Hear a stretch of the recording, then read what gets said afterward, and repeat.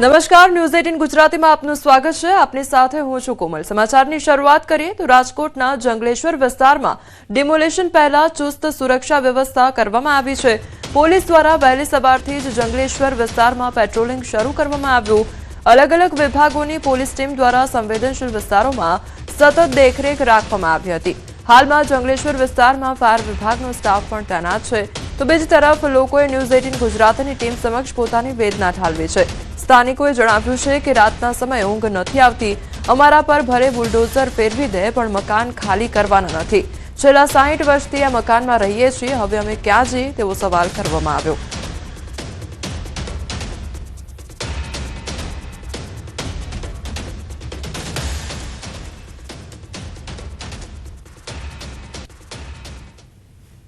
રાજકોટના જંગલેશ્વર વિસ્તારમાં સોમવારે હાથ ધરાનારા ડિમોલેશનની તૈયારીઓ છે તે પૂરજોશમાં કરવામાં આવી રહી છે। અત્યારે રાજકોટ શહેરની જે જંગલેશ્વર વિસ્તારમાં આવેલી સરકારી શાળા છે તે અત્યારે જે છે અહીંયા અત્યારે ટ્રેક્ટર જે મોટા પ્રમાણમાં જે ગોઠવી દેવામાં આવ્યા છે। ખાસ કરીને જે છે અત્યારે અલગ અલગ જે વ્યવસ્થાઓ છે તે અત્યારે કરી દેવામાં આવી છે। અહીંયા મોટી સંખ્યામાં જે આપ દ્રશ્યોમાં પણ જોઈ શકો છો કે જે ડિમોલેશન થવાનું છે તે ટ્રેક્ટર અત્યારે અહીંયા રાખી દેવામાં આવી રહ્યા છે।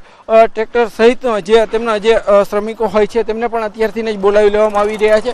કેટલાક ટ્રેક્ટરો અત્યારે આવી પણ રહ્યા છે। આપ દ્રશ્યોમાં પણ જોઈ શકો છો કે જે રીતના અહીંયા જે છે એ પૂરી તૈયારી કરવામાં આવી રહી છે। ખાસ કરીને જે રાજકોટના જે જંગલેશ્વર વિસ્તાર છે ત્યાં જે 1400 જેટલા મકાનો છે ત્યાં ડિમોલેશન થવાનું છે। ત્યારે અલગ અલગ જે રાજકોટ શહેરના વિસ્તારો છે ત્યાંથી અહીંયા ટ્રેક્ટર બોલાવવામાં આવી રહ્યા છે અને તમામ ટ્રેક્ટરો છે તે પણ અત્યારે અહીંયા રાખી દેવામાં આવી રહ્યા છે। ખાસ કરીને જે રીતના અત્યારે અહીંયા પોલીસ નો બંદોબસ્ત પણ ગોઠવી દેવામાં આવી રહ્યો છે। ખાસ કરીને આ જે હંગામી જે છે એ પોલીસ સ્ટેશન પણ આ જે વિસ્તાર છે તે ઊભું કરવામાં આવી રહ્યું છે।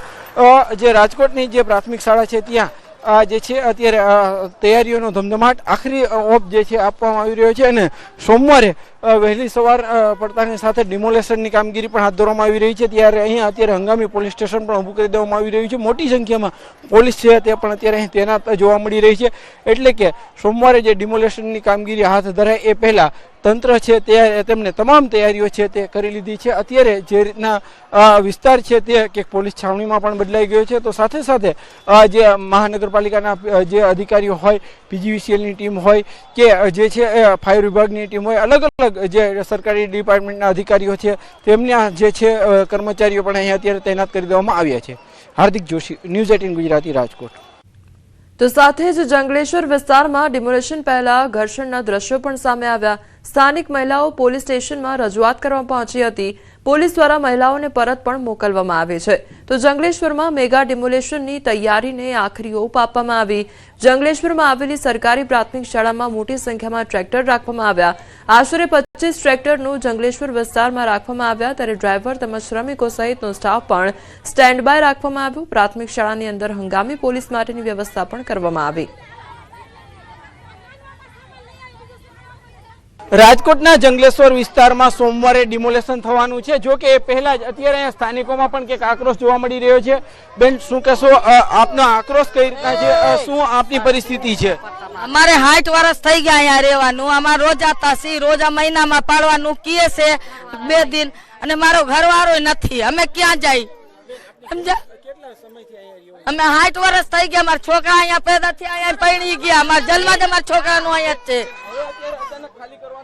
તો અચાનક ખાલી કરીને કેમ? અમને આશરો કીધું તો નોટિસમાં લખેલું છે કે તમને દેશું, તો અમે રોમાય નથી આવતું, અમે ક્યાં જાય ભાડે રહેવા?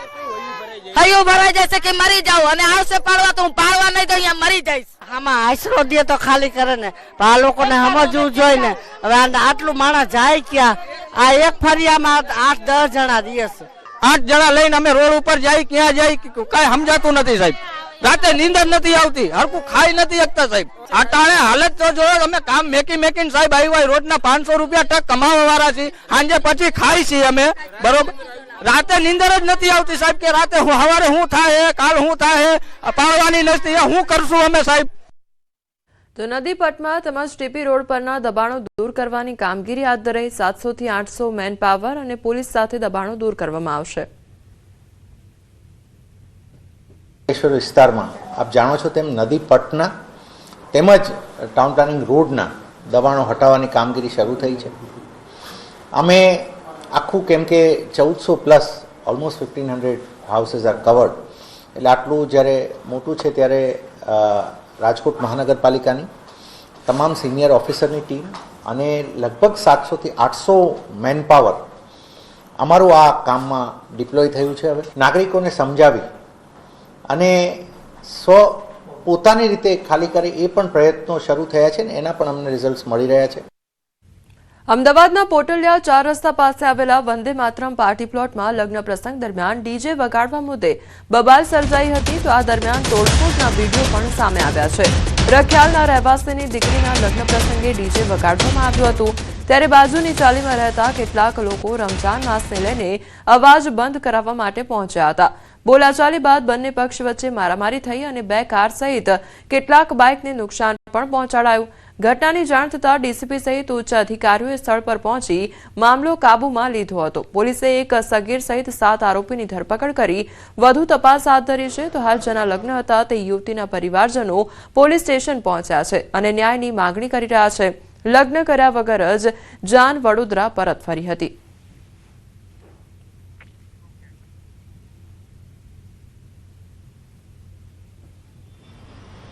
जब पब्लिक दौड़ी, हम लोग तो अंदर करा रहे थे, उतना में ही बाहर से सब आए, पत्थर मारने लगे. उसके बाद पुलिस की गाड़ी रहने के बाद भी पत्थर मार रहे थे. सब इधर उधर छिप रहे थे. हम लोग शादी खाली नॉर्मल ऐसा खाली सिंदूर डाल दिया. जो हम लोग का रस्म था वो पैसा जो खुशी था कुछ नहीं हुआ. जैसे बारात अंदर गेट के अंदर आया, राम सिया राम जय सिया राम गाना चालू हुआ, बाहर से पत्थरबाजी चालू हो गई. फिर बाहर से दौड़ाए गेट के अंदर, गेट कूद के सब अंदर आए. कितने लोग थे? क्या अरे पहले हम लोग कमरे के अंदर जाके छिप गए, फिर बाहर निकल के फिर बाहर से पत्थरबाजी चालू हुआ. तो बताइए हमारा गलती क्या है? वो जो जमाई राजा राम निकले ना, वही एंट्री में गाना था और उसी पे हुआ है. हथियार में वो जो अपने फोटो का नहीं जिसपे शादी में लगता है वो लोखंड का एंगल, वो अंदर घुसते एंगल सब निकाल लिए. वो एंगल से मारना चालू किया सबको और सब पब्लिक सब भाग के अंदर गार्डन में गई. जो लग्न गीत गवाता हो અને વિધર્મી હુમલો કરતા હોય તો આ ચલાવી લેવાય નહીં. આમાં જો એક્શન નહીં લેવાય તો કાલે કોઈના વરઘોડા નહીં નીકળે. એટલે જે કાયદાની જે કંઈ સીમાઓમાં જે કંઈ આવતું હોય એ પરિપૂર્ણ કરી અને હોમ મિનિસ્ટરે આમાં રસ લઈને કામ કરવું જોઈએ એવું વિશ્વ હિન્દુ પરિષદ બજરંગ દળ માગણી કરે છે. ધીમા અવાજે ગીતો ગવાતા હતા, બાજુમાંથી વિધર્મી લોકો આવી અને હુમલો કરવામાં આવ્યો. લગ્ન પણ ના થયા, જાન પાછી ગઈ. આ દેશની અંદર કેવી રીતે આ વસ્તુ ચલાવી શકાય કે તાત્કાલિક આ લોકોનું સરઘસ કાઢવામાં આવે, જાહેરમાં સરઘસ કાઢવામાં આવે. અમદાવાદ શહેરના પોટેલિયા 4 રસ્તા નજીક આવેલ વંદે માતરમ પાર્ટી પ્લોટ છે કે જ્યાં મોડી રાત્રે 2 પક્ષો વચ્ચે મારામારીનો બનાવ બન્યો હતો. ખાસ કરીને વાત કરીએ તો આ જે પાર્ટી પ્લોટ છે કે જ્યાં લગ્ન પ્રસંગનું આયોજન કરવામાં આવ્યું હતું અને તે દરમિયાન તેઓ ડીજે વગાડી રહ્યા હતા લગ્ન પ્રસંગની અંદર અને બાજુની ચાલીમાંથી કેટલાક લોકો છે તે આ ડીજેનો અવાજ ધીમો કરવા માટે ની રજૂઆત માટે અહીંયા પહોંચ્યા હતા. તે દરમિયાન બંને પક્ષો વચ્ચે ઉગ્ર બોલાચાલી થઈ હતી અને મારામારીનો બનાવ બન્યો હતો. ત્યારબાદ અન્ય કેટલાક લોકો આવ્યા હતા અને તેમના દ્વારા પણ અહીં મારામારી કરવામાં આવી હતી. ઉપરાંત જે 2 ગાડી પડી હતી, બંને ગાડીઓના કાચ તોડવામાં આવ્યા હતા. કેટલાક જે મોટરસાયકલ હતા તેઓને પણ નુકસાન પહોંચાડવામાં આવ્યું હતું. જ્યારે સમગ્ર ઘટનાની જાણ પોલીસને થઈ હતી ત્યારે ઉચ્ચ પોલીસ અધિકારીઓ પણ ઘટના સ્થળ પર પહોંચ્યા હતા અને સમગ્ર મામલો છે તે થાળે પાડ્યો હતો. હાલમાં શહેર કોરડા પોલીસ દ્વારા જે ક્રોસ ફરિયાદ, બંને પક્ષની ફરિયાદ નોંધવામાં આવી છે અને લગભગ એક સગીર સહિત 7 જેટલા આરોપીઓ છે તેઓને ઝડપી લેવામાં આવ્યા છે અને આગળની કાર્યવાહી શરૂ કરી છે. જોકે આ સમગ્ર બનાવની અંદર કેટલા લોકો સામેલ હતા, કોણ કોણ હતા તે અંગે હાલમાં પોલીસ દ્વારા આસપાસના જે સીસીટીવી ફૂટેજ છે તે મેળવીને વધુ તપાસ શરૂ કરવામાં આવી છે.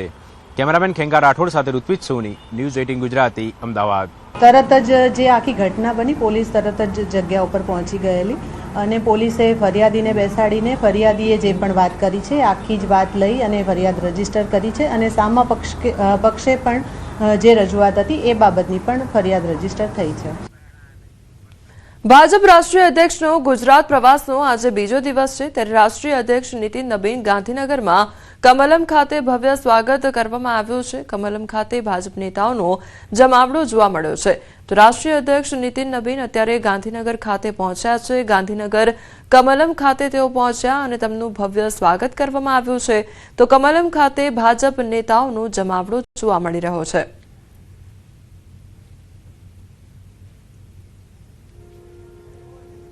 ભાજપના રાષ્ટ્રીય અધ્યક્ષ 2 દિવસ ગુજરાત પ્રવાસે છે। ગુજરાત પ્રવાસ દરમિયાન બજેટ સમિટ હોય કે અભિવાદન સમારોહ યોજાયા છે અને અત્યારે હાલ કમલમ ખાતે રાષ્ટ્રીય અધ્યક્ષ પહોંચ્યા છે। તેમની સાથે ભારતીય જનતા પાર્ટીના પ્રદેશ પ્રમુખ જગદીશ વિશ્વકર્મા, મુખ્યમંત્રી ભૂપેન્દ્ર પટેલ, નાયબ મુખ્યમંત્રી હર્ષ સંઘવી સહિતના જે નેતાઓ જે છે તે પ્રથમ હરોળની અંદર જોવા મળી રહ્યા છે અને આજે આ પ્રથમ મુલાકાત એટલે કે અધ્યક્ષ બનવાની પ્રથમ મુલાકાત બાદ તેઓ સીધા કમલમ ખાતે પહોંચ્યા છે। કમલમ ખાતે તેમનું ભવ્ય સ્વાગત કરવામાં આવી રહ્યું છે। જય શ્રી રામના નારા લગાવવામાં આવી રહ્યા છે।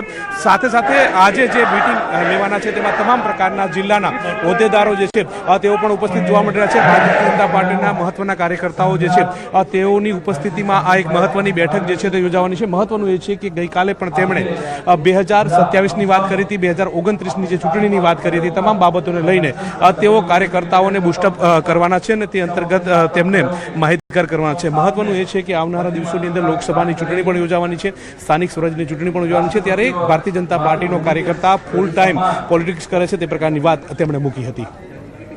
અમિત શર્મા સાથે ગૌતમ શ્રીમાળી, ન્યૂઝ 18 ગુજરાતી, ગાંધીનગર। ગુજરાત કોંગ્રેસમાં સ્થાનિક સ્વરાજ્યની અને વિધાનસભાની ચૂંટણીને લઈને મોટા સમાચાર સામે આવી રહ્યા છે। સૂત્રો દ્વારા મોટા સમાચાર સામે આવ્યા છે। ગુજરાત કોંગ્રેસના પ્રભારી બદલાઈ શકે છે તેવું કહેવામાં આવી રહ્યું છે।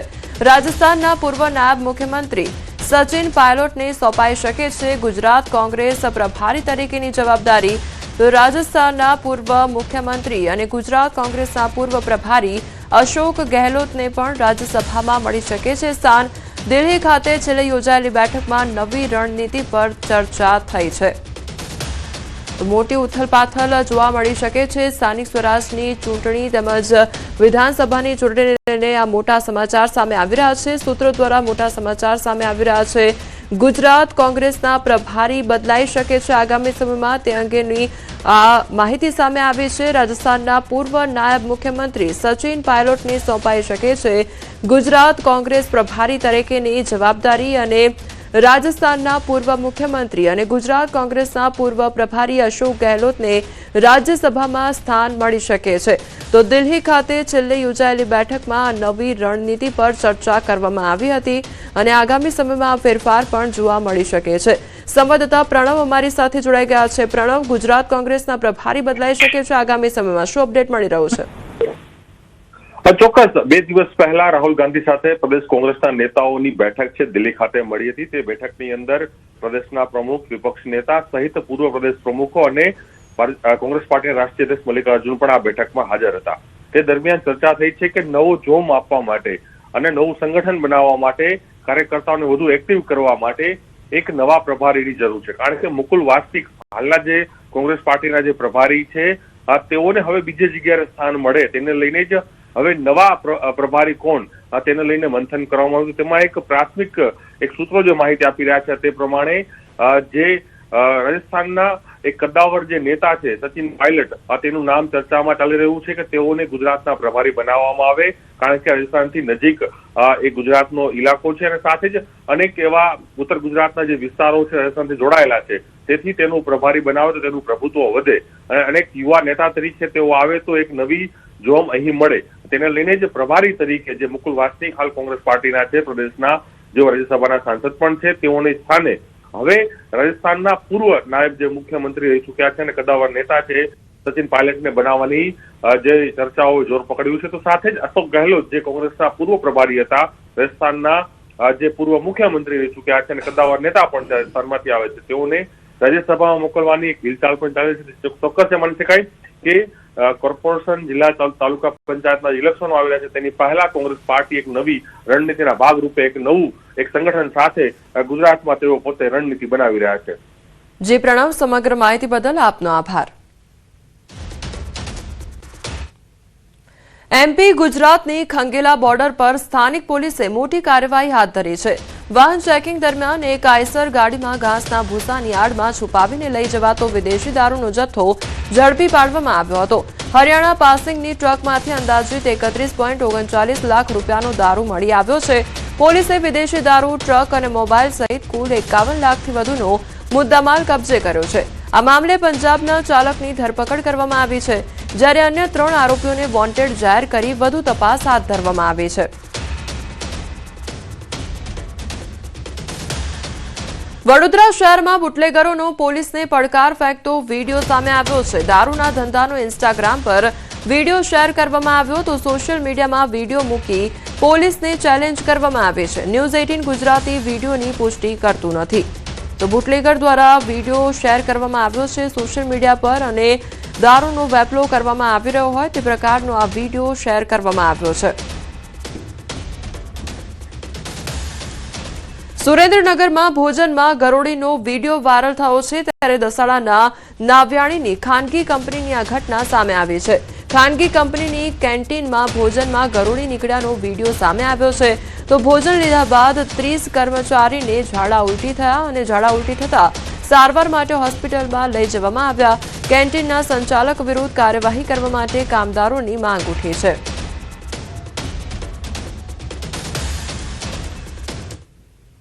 સુરતના ગોડાદરા વિસ્તારમાં ટેક્સટાઇલ વેપારીનું રૂપિયા લેતી દેતીના મામલે અપહરણ કરવામાં આવ્યું હોવાની ચોંકાવનારી ઘટના સામે આવી છે. 19 ફેબ્રુઆરીએ ફરિયાદીને ગોડાદરા બોલાવી આરોપી સહિત 6 થી 7 લોકોએ સ્કોર્પિયો કારમાં અપહરણ કર્યું હતું. ઘટનાની જાણ થતાં સુરત પોલીસ તાત્કાલિક એક્શનમાં આવી ડિંડોલી મધુરામ સર્કલ પાસેથી વેપારીને સુરક્ષિત મુક્ત કરવામાં આવ્યો. પોલીસે મુખ્ય આરોપી અને અન્ય 4 સહયોગીઓની ધરપકડ કરી છે. પ્રાથમિક તપાસ મુજબ ટેક્સટાઇલ પેકેજીસના ધંધામાં રૂપિયા લેતી દેતીના વિવાદને કારણે અપહરણ કરવામાં આવ્યું હતું. તો આ મામલે વધુ તપાસ ગોડાદરા પોલીસ દ્વારા હાથ ધરવામાં આવી છે. સુરતના મોટા વરાછા વિસ્તારના શેર બ્રોકર પર 800 લોકોના 90 કરોડથી વધુની રકમ લઈ ફરાર થવાનો આરોપ લાગ્યો છે. બ્રોકર સામે આર્થિક ગુના નિવારણ શાખામાં ફરિયાદ નોંધાઈ છે, જેના અંગે શેર બ્રોકર ઉર્વિશ અગ્રાવતના પરિવારનો દાવો છે કે ખોટી રીતે ફસાવવામાં આવ્યો છે. ઉર્વિશના માતા પિતાએ ખુલાસો કર્યો છે કે તે ભાગ્યો નથી અને 4 કરોડથી વધુની રકમ પ્રિન્સ અને તેના પિતા હિતેશ પંડ્યા સાથેના શેરબજાર ભાગીદારીના અંતર્ગત ટ્રાન્સફર થઈ હતી, જે અંગેનો વિડીયો પુરાવા તરીકે છે, જે બતાવે છે કે દુબઈ મોકલવામાં આવ્યો હતો. રોકાણકારો તેઓ પર પ્રેશર નહીં કરે તે માટે ખોટી પોલીસ ફરિયાદ દાખલ કરવામાં આવી. તમામની બેંક એકાઉન્ટની તપાસણીને યોગ્ય ન્યાય આપે તેવી પણ માંગ કરવામાં આવી છે.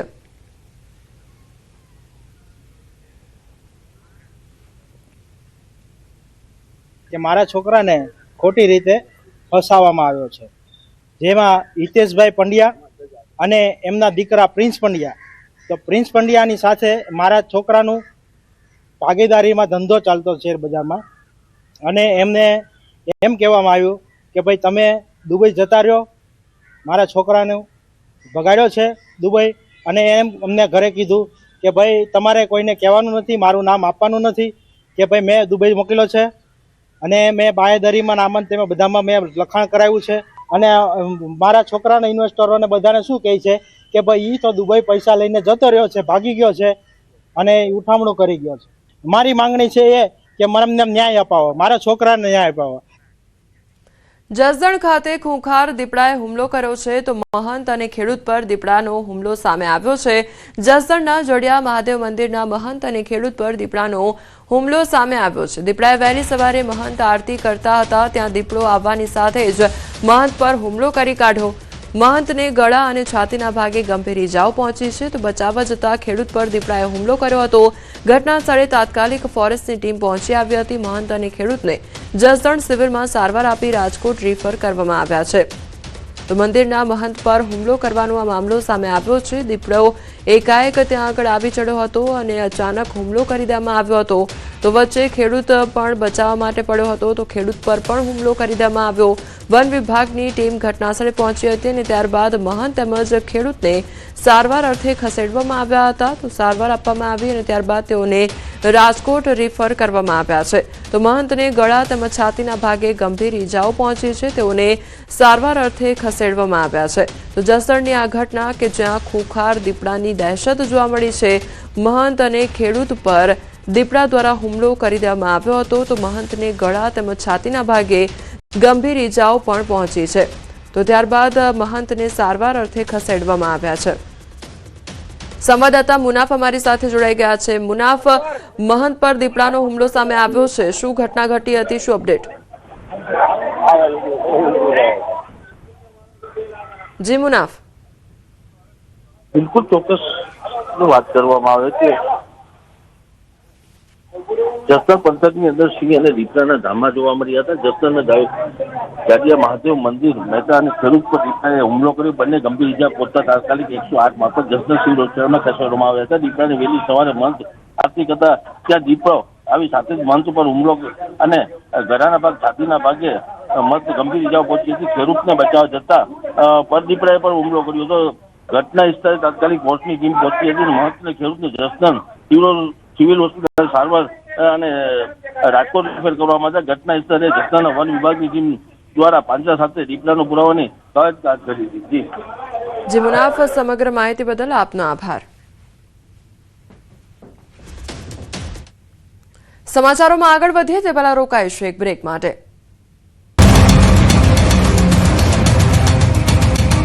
આપ્યો છે હિરોલા ગામમાં કરિયાણાની દુકાનમાં ચોરીની ઘટના બની છે તો સંજલી જાલોદ રોડ પર અગ્રવાલ કરિયાણાની દુકાનને તસ્કરોએ નિશાન બનાવ્યું છે। એટલું જ નહીં પણ દિવાલમાં બાકોરું પાડીને દુકાનનો સરસામાન ચોરી કરીને તસ્કરો ફરાર થઈ ગયા હતા। ઘટનાની જાણ થતાં પોલીસ ઘટનાસ્થળે પહોંચી હતી અને વધુ તપાસ હાથ ધરી હતી। તસ્કરોના આતંકથી ગ્રામજનોમાં હવે ભયનો માહોલ સર્જાઈ ગયો છે તો કરિયાણાની દુકાનમાં તસ્કરો ત્રાટક્યા હતા અને ત્યારબાદ ચોરી કરીને ત્યાંથી ફરાર થઈ ગયા હતા। દુકાનમાં બાકોરું પાડવામાં આવ્યું હતું અને ત્યાંથી તસ્કરો અંદર આવ્યા હતા અને સરસામાન ચોરીને ત્યાંથી ફરાર થઈ ગયા હતા। જામનગરના ભાદગરા ગામમાં રાજ્યપાલ આચાર્ય દેવવ્રતનો એક અનોખો અંદાજ જોવા મળ્યો હતો। રાજ્યપાલ આચાર્ય દેવવ્રત વહેલી સવારે ખેતરની મુલાકાતે પહોંચ્યા હતા, જ્યાં તેમણે માત્ર મુલાકાત જ ન લીધી પરંતુ એક ખેડૂતની જેમ ગાયનું દોહન કર્યું અને ખેતરમાં પાક નિરીક્ષણ કર્યું હતું। રાજ્યપાલની આ સાદગી જોઈને સ્થાનિક ખેડૂતો પણ આશ્ચર્યચકિત થઈ ગયા હતા। રાજ્યપાલે ખેતરમાં તૈયાર કરવામાં આવી રહેલા ધન જીવામૃતનું નિરીક્ષણ પણ કર્યું હતું અને બાગાયતી પાકોની ગુણવત્તા પણ તપાસી હતી। તેમણે હાજર ખેડૂતોને સમજાવ્યું કે રાસાયણિક ખેતી છોડીને પ્રાકૃતિક ખેતી અપનાવવી જોઈએ, તે સમયની માંગ છે તેવી વાત કરવામાં આવી।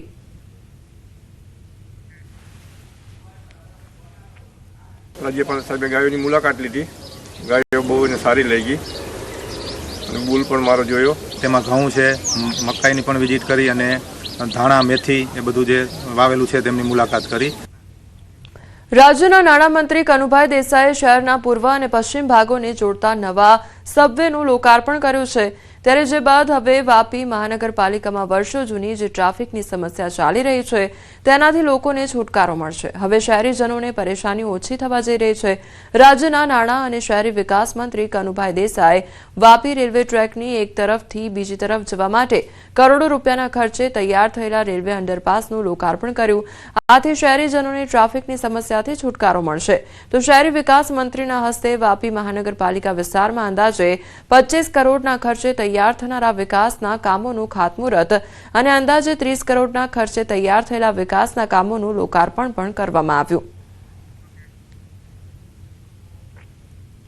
વાપી મહાનગરપાલિકા બન્યા પછી એ રીતે વાપીમાં વિકાસના કામો થઈ રહ્યા છે અને લોકોની જે આકાંક્ષાઓ હતી એને ધીરે ધીરે પૂર્ણ કરવાની દિશામાં જ્યારે સરકાર આગળ વધી રહી છે ત્યારે આજે વાપી ખાતે 20 કરોડના અંડરપાસનું લોકાર્પણ કરવામાં આવ્યું, જેના લીધે વાપી ટાઉનથી વાપી જીઆઈડીસી તરફ આવતા લોકો માટે ઘણી બધી રાહત રહેશે અને તે જ રીતે જે નવા ગામો સમાવાયા છે એ બધા ગામોના રસ્તાઓ તેમજ તેને લગતી બીજી સુવિધાઓ માટેનું પણ આજે ખાતમુહૂર્ત કરવામાં આવ્યું અને એ લગભગ 20 કરોડના કામો છે।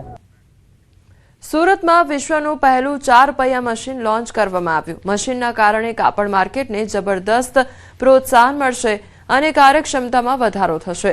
રેપિયર્ડ જેકાર્ડ મશીન લોન્ચ કરવામાં આવ્યું। 2016 में हम लोग 3 पन्ना का मशीन लेके आए थे। 3 पन्ने का मशीन क्या होता है कि एक टाइम पे 3 साड़ी बन सकता है।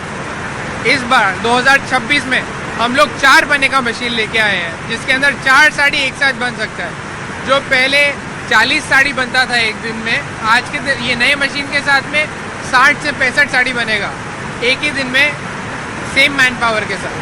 ये बनारस वाली बात है, बनारस में एक आदमी 1 महीने में एक साड़ी बना सकता है, वो क्या है? देखिए, पहले के ज़माने में जो हैंडवर्क से 1 महीने में एक आदमी एक ही साड़ी बना सकता था, आज यही मशीन एक ही दिन में 60 साड़ी बनाएगा। तो आप सोच सकते हैं कि मैन पावर का किस तरीके से अच्छा उपयोग हो सकता है। हाल समाचारों में बस आटલું જ। વધુ સમાચાર માટે આપ જોતા રહો ન્યૂઝ 18 ગુજરાતી। નમસ્કાર।